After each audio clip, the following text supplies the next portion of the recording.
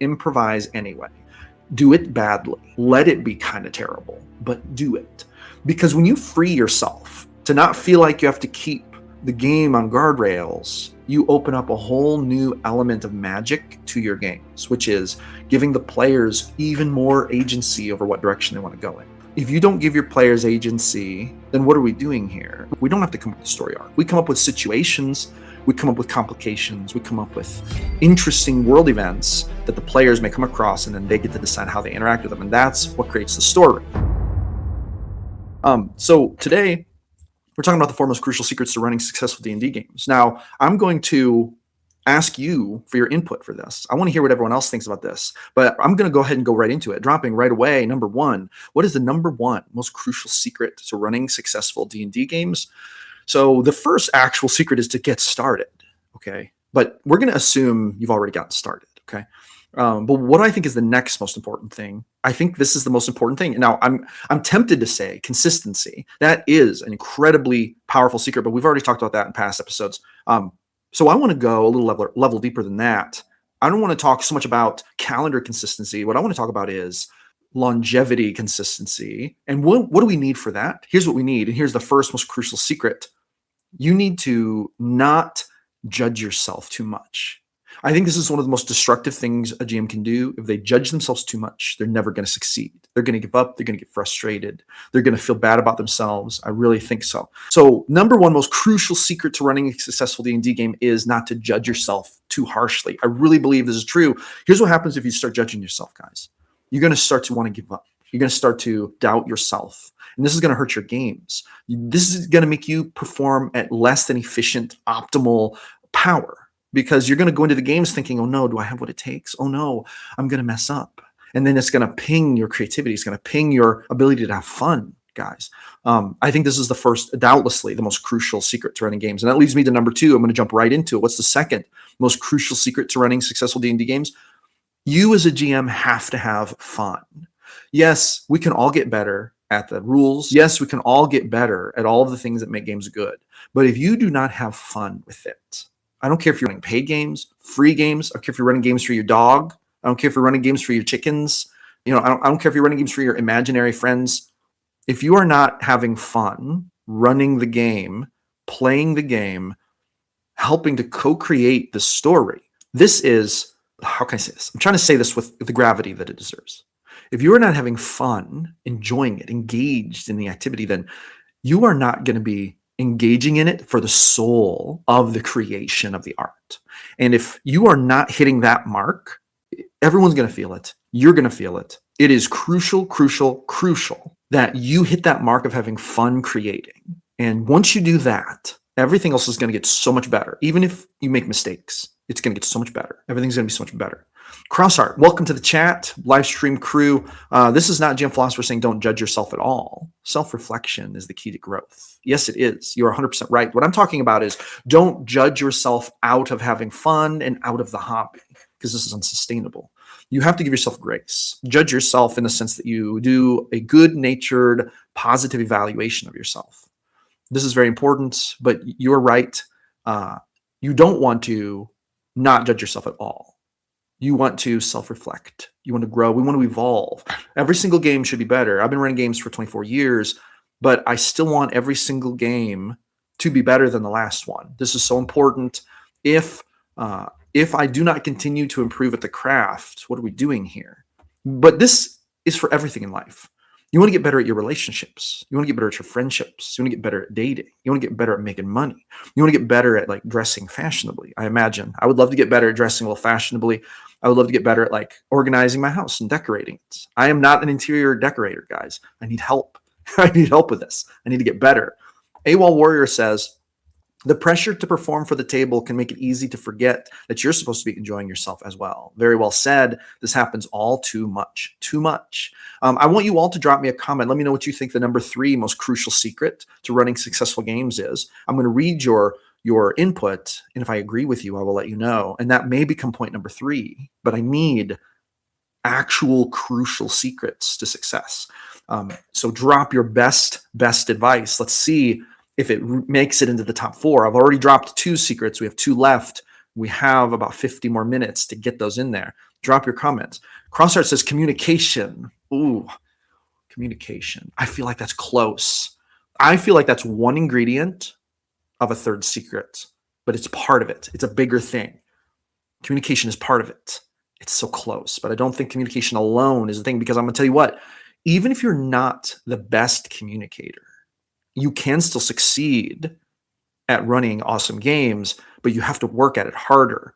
AWOL Warrior says, always make the players think it was part of your plan. That's so close. You know what? That is part of the fourth secret. I'm going to write these down. I'm going to write it down. I'll remember them.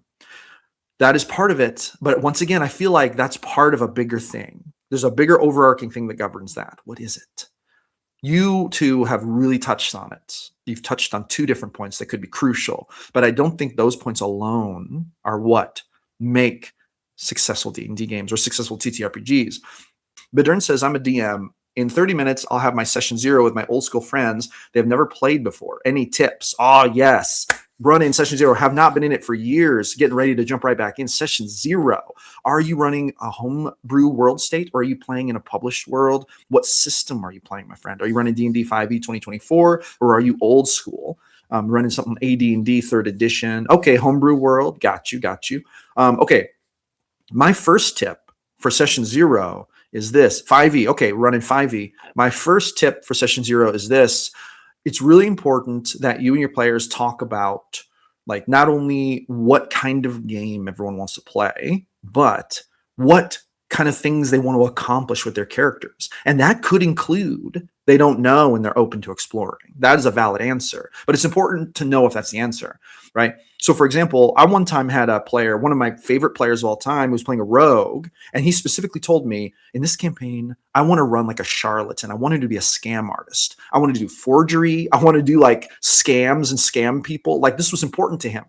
And I tried really hard to fit that into the game. But had he not told me that up front, I would not have known to make that a feature of the game. And here's what's important. You say you'll have session 0 with your old school friends. This is different than running a paid game. When you're running a paid game, when you're running a game for strangers, something like that, you want to generally have your concept. But then you're going to invite people into your concept. So it's really important that you be clear about your concept. But if it's for your homies, man, maybe a more pressing priority is this. What kind of game do you all want to play together? Because playing together is the priority, not playing the specific concept you want. So make sure that you and your homies come to an understanding about what kind of game you all want to play together, because playing together is more important than the base concept. So that's a huge thing for session 0. I think is very important. And when you're playing with your friends, this is even more important. Dirty Socks says, ask them what they are excited about or looking forward to. Absolutely great. Crossheart says, ask them the type of campaign you want to run. When they think up characters, ask them where they want or think their characters will end. That's actually a really good question, because some of them may say, I envision becoming a king, or some of them might say, I envision really exploring the concepts of good versus evil, and maybe eventually I want to end up as a paladin serving a god. But which god is a mystery, right? So there are going to be different. There are going to be different goals and different concepts of goals. Some goals are very they're very specific. Like, I want to be the lord of a castle, but some are very based on what will happen. Like, at some point, I think I want to be like an angelic servant to some god, but I don't know which one, right? So this is more of a moral goal, but it's still a goal. And some players want to focus on that. What is the theme of their character? This is important too. Dirty Sock says, Bedern says, smart. I'll ask them about that, actually. Heck yeah, that's awesome. Dirty Sock says, optimize the ideal TTRPG situation in your prep while running the game in between games. Yeah, absolutely. Optimize the ideal TTRPG situation. That's very interesting to say. Dirty Socks, I'd like to hear more about that. When you say optimize the ideal TTRPG situation, it sounds like making sure that there are situations in the sessions that match up with the kind of story the players want to tell about their characters. I think this is very important. Crossheart says, if you start with an idea for the end of the character's run, it can inform the journey. So this is true, though I will say that brings to mind a caution. We want to be careful not to pigeonhole players and characters. I don't think there's much risk of that. I think you would have to really work hard to pigeonhole a player. It would be easier to do with a quieter player, but it could be done. We just want to be careful to give players the freedom to tell the story organically. And Crossheart, I don't think you're saying that in a pigeonhole kind of way. That's just a caution that comes to mind when I hear that advice. But that advice is very good in that it can inform what kind of sessions you want to run, what kind of situations, what kind of moral quandaries, what kind of adventures you want to put in front of your players. GMs don't usually get the gratitude they deserve, guys. They don't usually get the gratitude they deserve from their players. I'm not trying to say that I'm mad at players about this, because after you're done with an emotional 3, 4, or 5 hour session, you may not have the emotional energy, or you may not even think about giving the GM a bunch of positive feedback and making them feel good, fluffing up their ego a little bit, right? That may not be predominant of mind for you. But I think that GMs can give themselves this feedback. And this was part of my video. I was talking about how it's important for us to give ourselves that feedback if we need it, that positive feedback, not to be too hard on yourself. Make sure that you know that if you showed up consistently and you gave it your best and you actually cared, you're doing better at running games than most humans do at most things. Think about that. If you show up like relatively on time and you actually care about what you're doing and you actually did your best, you are doing better at running games than most humans do at most things they do. Let me tell you this right now. Those of you who are management or middle management or even work with other people in your professional career, you might know exactly what I'm talking about. Do the people you work with or the people that work on your teams or whatever, do they actually show up on time, actually care about what's going on, and or actually do their best every time? The answer is probably no, unless you're in a real different job than the kind of jobs I've been in. If you go higher up the professional ladder and you get to work with people who are more passionate, your answer may be more yes to that. I have worked in those environments. It has been more rare. Usually humans just kind of do a thing because they want the benefits of it, not because they're chasing excellence. Crossheart says, what you put into something determines what you get out of it. 100%, 100%. When you give your best, you can expect to reap the best that those other people have to give if, and this is we're going to go back to another piece of advice that I used to talk a lot about, but I'm going to bring it back up now. If you vet your players correctly, you have to vet the value and the quality of the people you're playing with. To most GMs, I give you a challenge. Do you actually vet and measure the value of the players at your table? Because one bad apple can really bring the game down for others, even if it doesn't do it for you. But then again, being a GM is a position of kind of like power privilege. It's harder for a player to ruin the game for us than for other players. Other players don't have the same power the GM has. The GM has the power to summon the meta magic monster, the metagame monster to stomp out the bad apples. They can also ban players from their table, but other players don't have that opportunity. They can petition to the rest of the group to say, hey, I don't like what's going on. Let's stop it. But they don't have the direct power to do it. So it's a little sometimes more difficult to be a player, but it's also more difficult to be a GM in the sense that there's a higher labor curve, right? Crossheart says, even as a DM, if you half-ass your prep, your session may be lackluster, but if you plan the session to promote the characters, then everyone enjoys it more. That's actually really good advice. Okay, if you plan your session to promote the characters, I love this advice, and that I think is magic, and here's why. If you empower your players to push the narrative, if you empower them to take the spotlight and to actually create the story, because as a GM, your duties are actually relatively minimal, but we sometimes think we have to do more. We just have to set up our players to do the best they can. We have to set up our players with a great setting, put great NPCs around them, put just a villain in front of them that they can love to hate, that they can get emotionally charged up about, and then just turn them loose, let them push the narrative. We don't need a story. The players are going to create the story. We just have to keep the map and the world circumstances populated around them with energy and with creativity. This is what we need to do. Crossheart is speaking about this right now. You know, if you plan the session to promote the characters, then everyone enjoys it more. Players don't show up to the game, and you know this. I'm preaching to the choir right now. Everyone in the chat knows this, but we obviously don't show up to write a book in verbal form and just make the players listen to it. We all know that that's not what we're doing. But sometimes we forget that we don't have to push the story.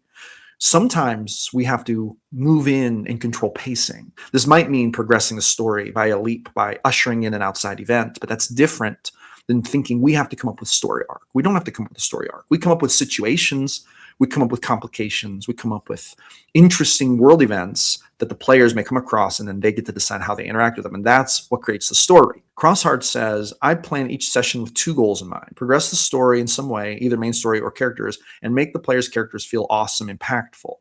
And that's awesome.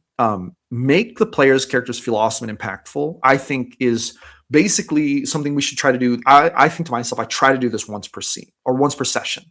Every session, I try to do one main scene that highlights one of the characters. I try. I will admit, I get better at this as I go. It's still sometimes a challenge, but it is totally doable, and I think we should try to do it. And then progress. You plan on each session to progress the story in some way, either main story or characters. This is also a good idea. I find that this happens very organically. I'm sure this probably happens organically for you as well. I'm just saying that what comes to my mind when I hear that advice is that it usually happens very organically because the players will push it if they're interested enough in it. But then again, what is the main story? The main story is what the characters are pushing toward. It may not be, and this is the challenge, it may not be the main story that we thought they were going to chase. It may be a different story, which I'm all about, and I love that. But that's also a sandboxy thing. I love sandbox games. Sometimes players think they want a sandbox, and then they get overwhelmed by choice. That's a real problem. The sandbox jams don't talk about that. That's a truth that's hard to accept. Dirty Sock says, creating the space where players feel like they can actually explore the fantasy they want for their characters is massively important. I think it's huge. Crossart says, agreed. Don't be married to the DM's idea of the story. Let the players tell the story in the world you provide. Absolutely. And the truth is, it's probably going to be the same story you had in mind. Red Flag Reflection says, pretty new, just bought your ebook yesterday. Thank you so much, Red Flag. I hope that it brings you a ton of value. I hope you love it. I truly wrote it with passion from the bottom of my heart, trying to put the things that I wish I would have known in a book when I first started running games, especially when I started getting more intermediate. But I struggled in that intermediate stage for a long time. I struggled with things like emotional resonance. Sometimes I would hit on it by accident, but I didn't learn the importance of some of these things until later. And now, I mean, I'm in a whole nother chapter of learning about emotional resonance and things because now running VTTs mostly exclusively, you've got to know your game, man, because you can get away with things in person that you can't get away with on VTT because it's so much easier to lose players on VTT. Why? Because in person, there's more glue to hold the group together. On VTTs, it's just the game. And then they are in their own space. They're not even coming into a space with you. You're not even sharing space together. You're just virtually connecting. So it's a whole different ball game. I feel like it's making me a better GM running on virtual, though I will admit I kind of prefer in person. With that being said, let's talk about the third most crucial secret to running successful D&D games. Crossheart got close when he said communication, right? Got really close. An AWOL warrior said, always make the players think it was part of your plan. This is another crucial, close part of it. But I think that those are part of a deeper thing. Crossheart said communication.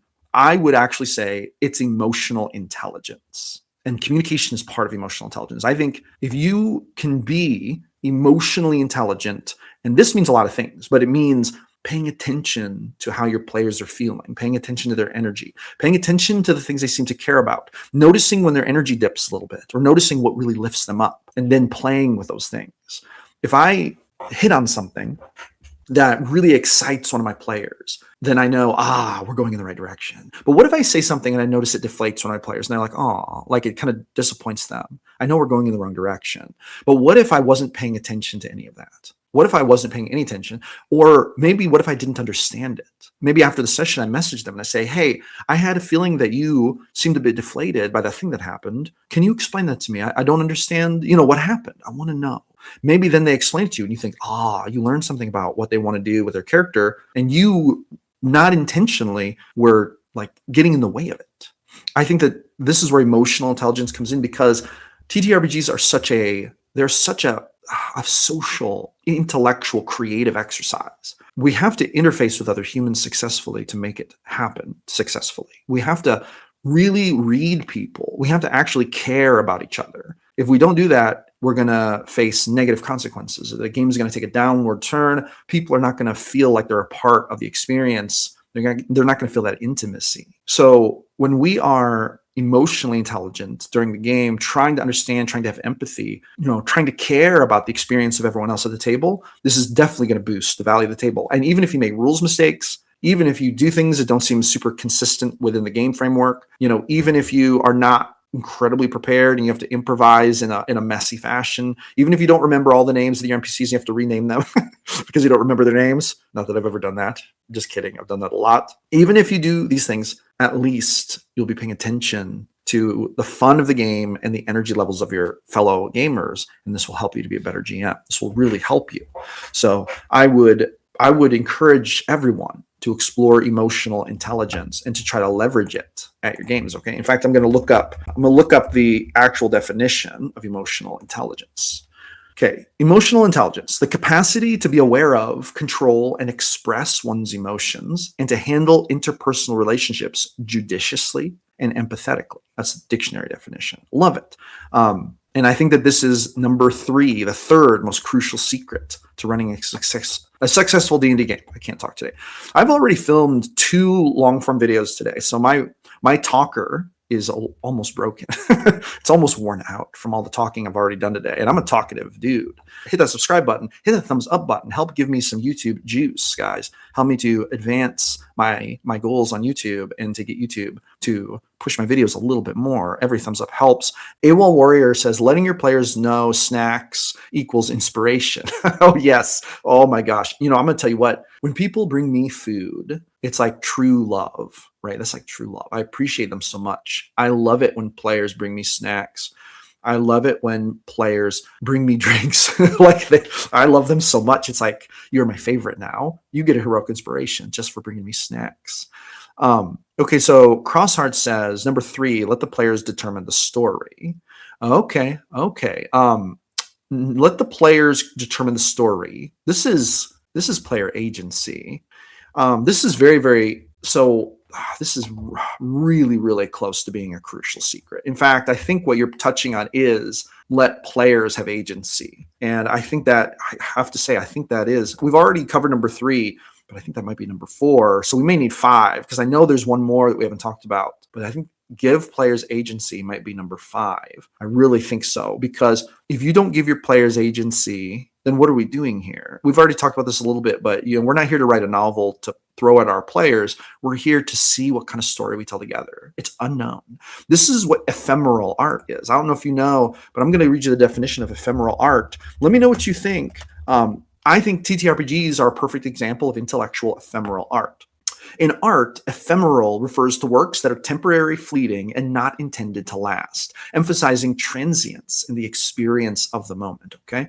Ephemeral art is defined by its temporary and transitory nature, often created with materials that naturally decay or are impermanent, like spoken creative ideas, okay? Some examples of this are like sand castles, ice sculptures, like piles of leaves, floral decorations made with real flowers, or even light projections or digital media, right? It's like Burning Man. People go to Burning Man, they experience the art, but then they burn it at the end. It's ephemeral. It's fleeting. It's not going to exist forever. It's temporary, and therein you find some of the value. TTRPGs are the same way. We create together, and yes, you may even record the session and watch it back later, but that's different than the act of creating it. In my session on Monday, I laughed harder than I've laughed in a long time at some of the craziness that went on. It brought me so much joy. It was such raw, pure joy to create with those players. So much fun. So I think player agency, giving players agency, is definitely number 4 of the most crucial secrets to running D&D games successfully. Red Flag's Reflection says, I enjoyed dropping gossip about fishermen, finding a body in a barrel at low tide after the players had dumped a bad guy the night before. That is really clever, actually. I really love that. Crossheart says, I love giving my players updates on the results of their actions. Sometimes the NPCs don't know it was them. Sometimes they recognize their work. That is so much fun.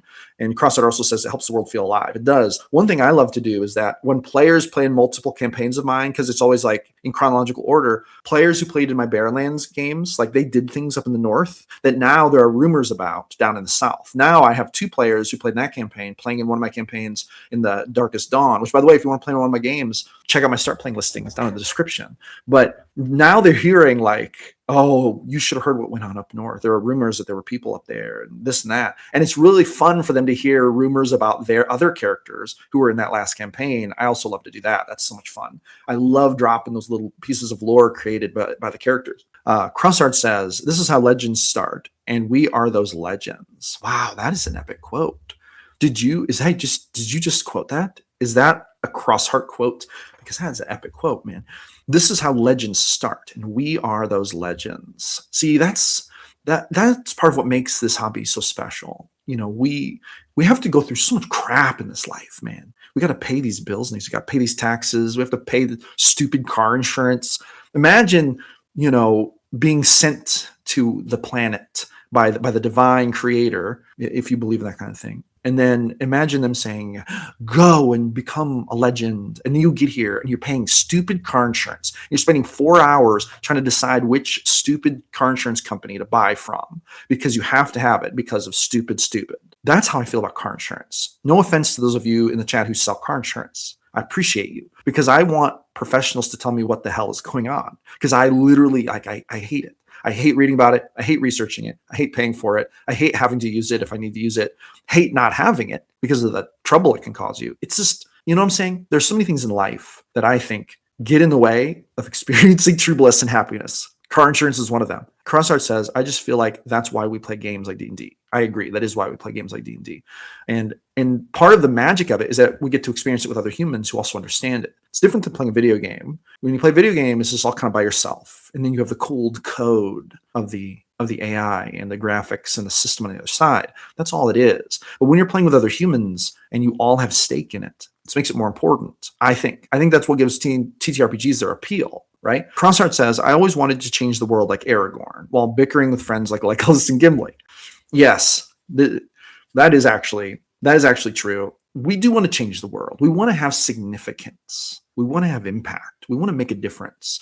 This is part of the existential dread, right? Imagining, I have all these thoughts. I have all these things I care about.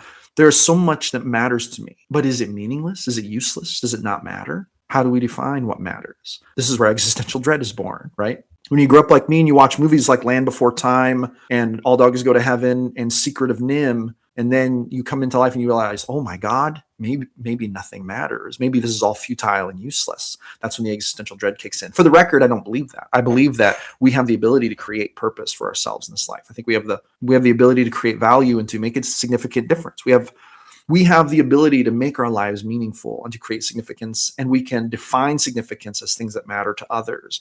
I think humans are important. I love humanity. I want to give to other humans. I want to give to the human experience, and that's part of why I do this, because I believe TTRPGs, even though it might seem like a small thing sometimes, it's not a small thing when you're in it and having so much fun. Having fun, creating stories is actually important, and stories also help us to understand life. This is my Jordan Peterson shot.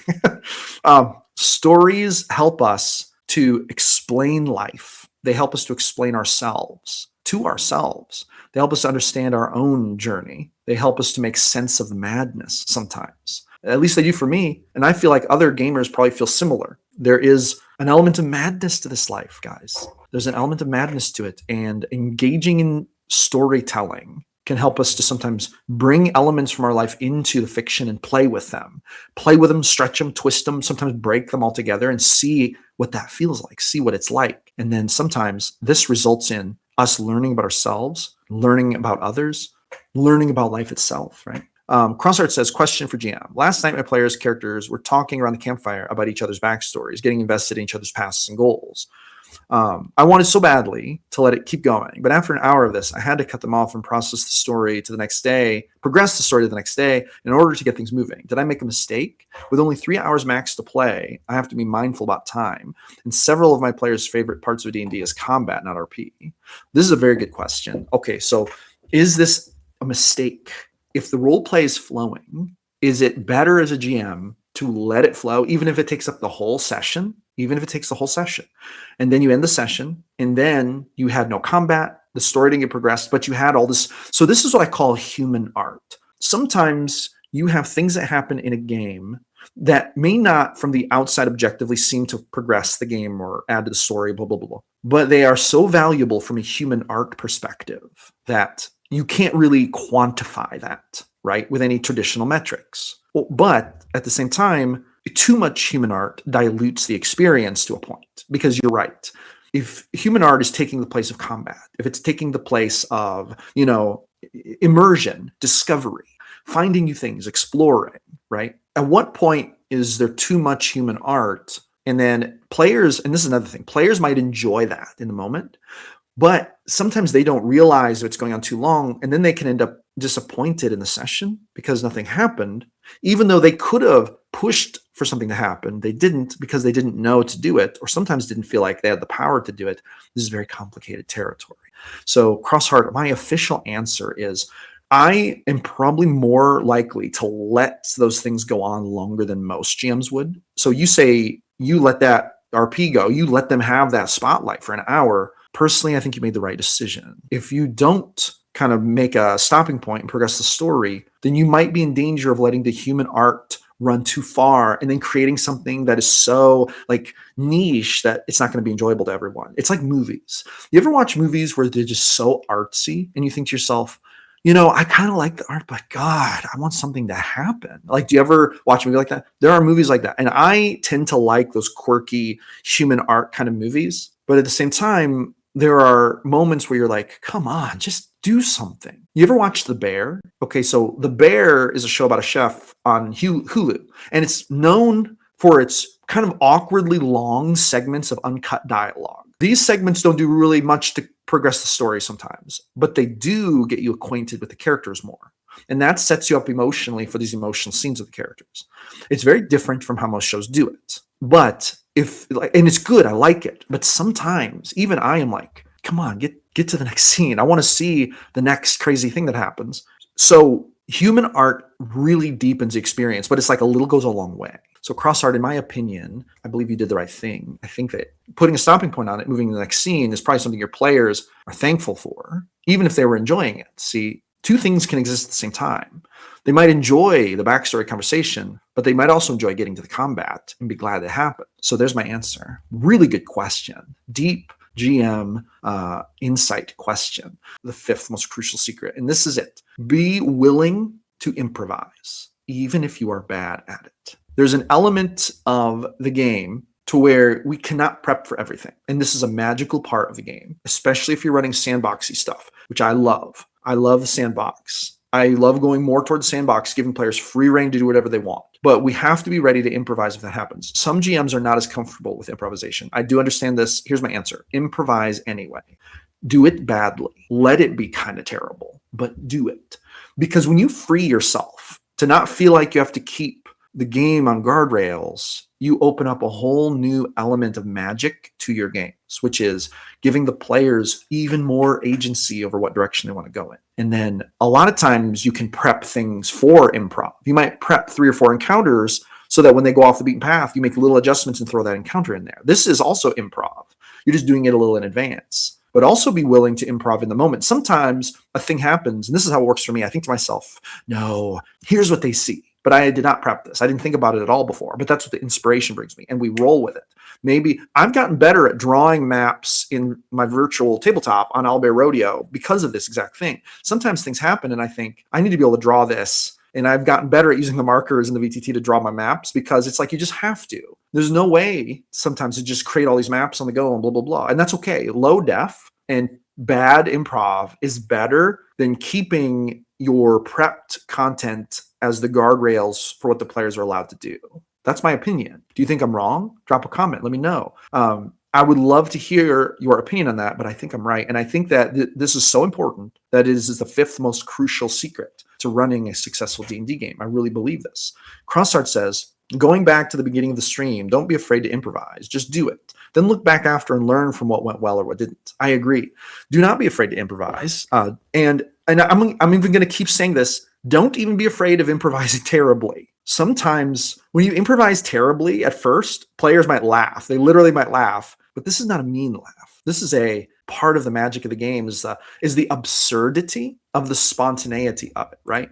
Absurdity is an important element in philosophy, guys. Absurdity in philosophy refers to the idea that life is inherently meaningless and devoid of purpose. Here we go with the existential stuff again, right?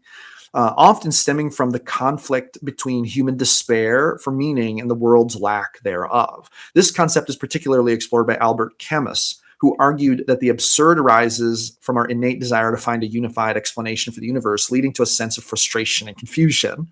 Does this sound like improvising in your TTRPGs? Because you may very well be truly experiencing absurdity.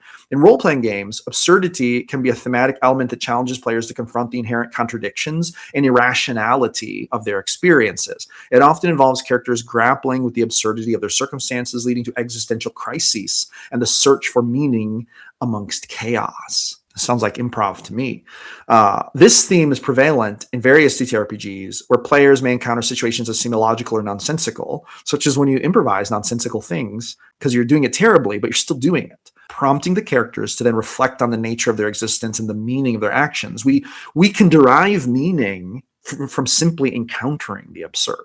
And I believe players do this. Players may chuckle when you improvise something terribly, but they're not actually chuckling at you because they think you're doing a bad job. They're chuckling because it's absurd. But then good role players, and in my experience, 90% of role players do this, they will eventually derive deeper meaning from their encounter with the absurd. Thus, it becomes serious, and it becomes a part of their history. It becomes a part of their story, and thus it becomes important. Dirty Sock says, to make mistakes is the start of growth. Looking back on this, you'll be grateful if you have embraced and followed this path into the future.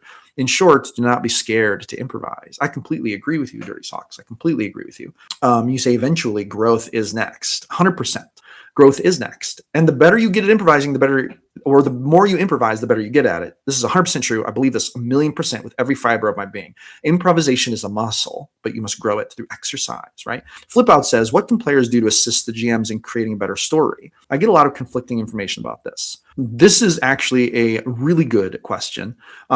Okay, here's what I think about the number one thing I think players can do, which, by the way, Flip Out, great to see you. Flip Out is a player in one of my games on Wednesday evenings playing The Darkest Dawn, gritty, grimdark sandbox 5e campaign. At the moment, they are fighting against a dragonborn invasion of the continent of Valara. They just recently made a deal with a Fey queen to try to save the township of Alessandria. Super awesome story unfolding in that campaign. Dark, dark, dark, with moments of bright heroism. And Lyra is an amazing part of that story. So Flip Out, great to see you.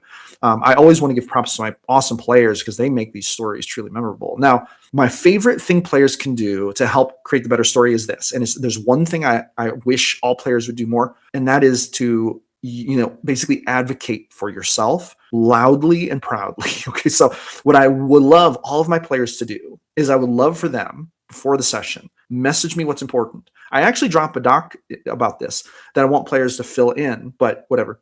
Tell me what's important during the session. Keep feeling free to tell me what's important. If a player wants to do something, I want them to speak up and jump in and say, oh, hold on, GM, I want to do this. Don't switch the scene yet. I want to do this. And I'll be so happy. I'll be like, oh yeah, what do you want to do? This is my number one favorite thing, because when players take seriously enough the agency of their own character, what they're doing is they're taking full control over the part of the story that is actually their responsibility, which is their character's story, their character's part in the story. When players don't speak up and advocate for themselves, there's danger of that story getting dropped, that part of the story getting dropped when it could have made it so much more awesome. I love it when players private message me during the game saying, hey, I want to do this. I love it when players speak up in the game saying, hold on, GM, I want to do this before you switch scenes. I love it when players don't let me go forward, but instead raise their voice and say, whoa, GM, before that happens, I wanted my character to do this. I love it, love it, love it when players do this. In my mind, it's the single best thing players can do to assist the GMs in creating a better story, because the GMs want to know what the players want to do, but sometimes they don't always know what to ask, and they don't always know when to ask. They try their best, but we are imperfect, unfortunately. When the AI algorithms get good enough at GMing, maybe they can accomplish this. But I'm going to tell you what, I don't know that there's much future for a long time in AIs running games, because the shared intellectual art is part of the magic of it. So I think we actually find it special that there's a human imagining along with us. This is the only thing that makes me wonder if GMs could ever be a good GM. I think it'll be a long time before they could ever do this. And it's a human thing. Crossheart says, Flip Out, I ask players what they want to do to their characters, or their characters want to do, and use that to plan future story points. I listen to what they enjoy in the game and feed that, rewarding their investment. 100%, I agree. Crossheart says, as the DM, I learned to do crazy voices to give the players permission to give their characters unique voices. I love it when people do voices. I love it, love it, love it. I don't care if it's imperfect. I don't care if it's messy. I don't care if it's silly. I think it adds to the game a lot. They don't have to do it, but I love it when people do. Dirty Socks says, if you want to speak up, always do. Otherwise, the chance might be gone. I completely agree. I want players to speak up as much as they want to. I hope that players care enough about a scene that they keep me from moving on for 15 minutes while they wrap up all the things they wanted to do. One after the other. Wait, GM, I want to do this. I love it. I love it so much when players do this because that means they are literally taking control of the narrative and pushing the story. Please do it. Dirty Socks says, do it without regret. If you don't, you might regret. Yeah, Dirty Socks, you're full of good sayings. Like you're saying some actual real stuff today. So is Crossheart actually dropping them quotable bits of wisdom. I love it.